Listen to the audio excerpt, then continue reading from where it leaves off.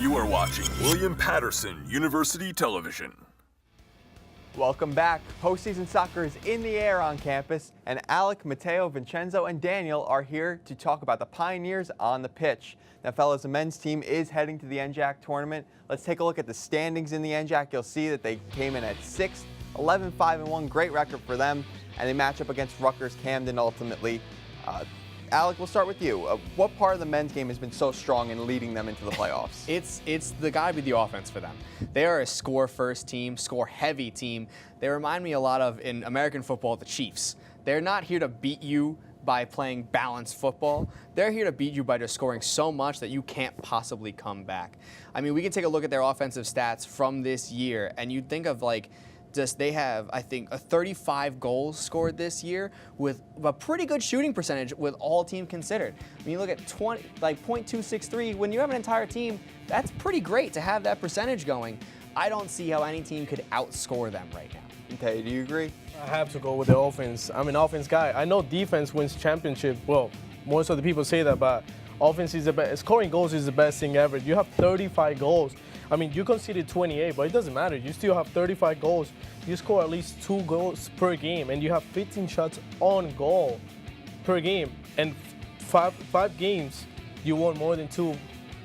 So, offense is going to win it. Vincenzo, are you a defensive-minded player? I'm a defensive-minded player, sure, but I think offensively they could be a little bit more creative in the final third and take care of chances earlier on to put the game to bed. But they control possession really well. We control possession very well. But I think if we could just continue to playing urgent soccer, playing for the full 90 minutes, no switching off, we should be in good hands. Daniel, how about you? I'd agree. We just have to be more clinical in the final third. Honestly, this team has been consistent on the offensive end. With this offense, we're going to do really well in the NJAC playoffs. Great, and as we said, they're taking on Rutgers Camden on Tuesday. Let's take a look at the little comparison between the two teams. It's going to be a fun matchup to watch. Definitely, William Patterson, obviously 6th in the NJAC. Close records, close winning percentage. William Patterson on a little bit of a hotter streak, a half a game there. Vincenzo, we'll keep it with you. What men's team player will lead them going forward? It's without a doubt, it's the team captain, Zach Perez. I mean, this is going to be his 75th career appearance for William Patterson's men's soccer team. Look at the stats here. For this season, he started 14 games, contributed 2 assists, 2 points in that, and 1 yellow card as well up to that.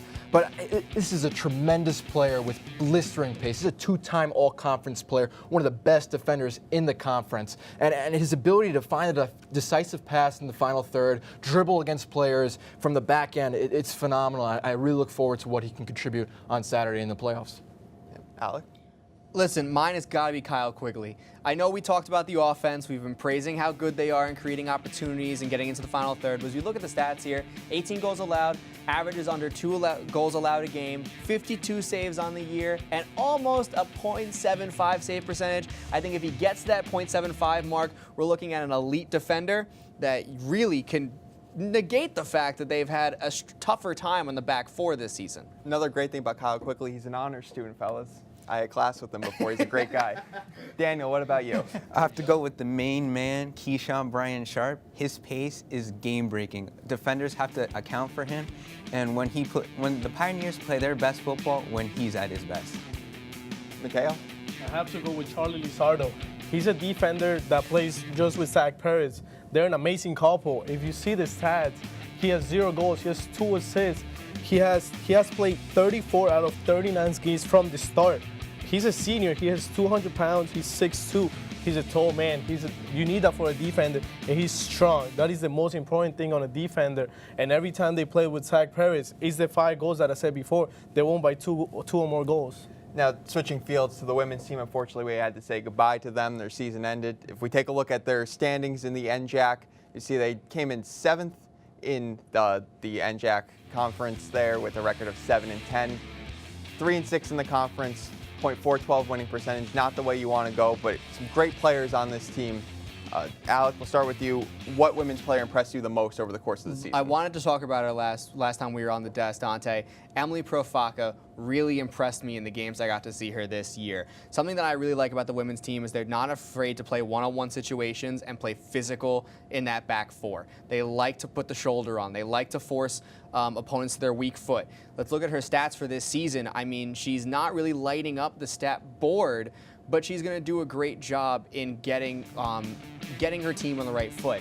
You look, she's played 16 games, started 12 of those games, 3 shots, but the most important thing I want to see for a physical player, 0 yellow cards. No penalties, but you're playing physical at the same time.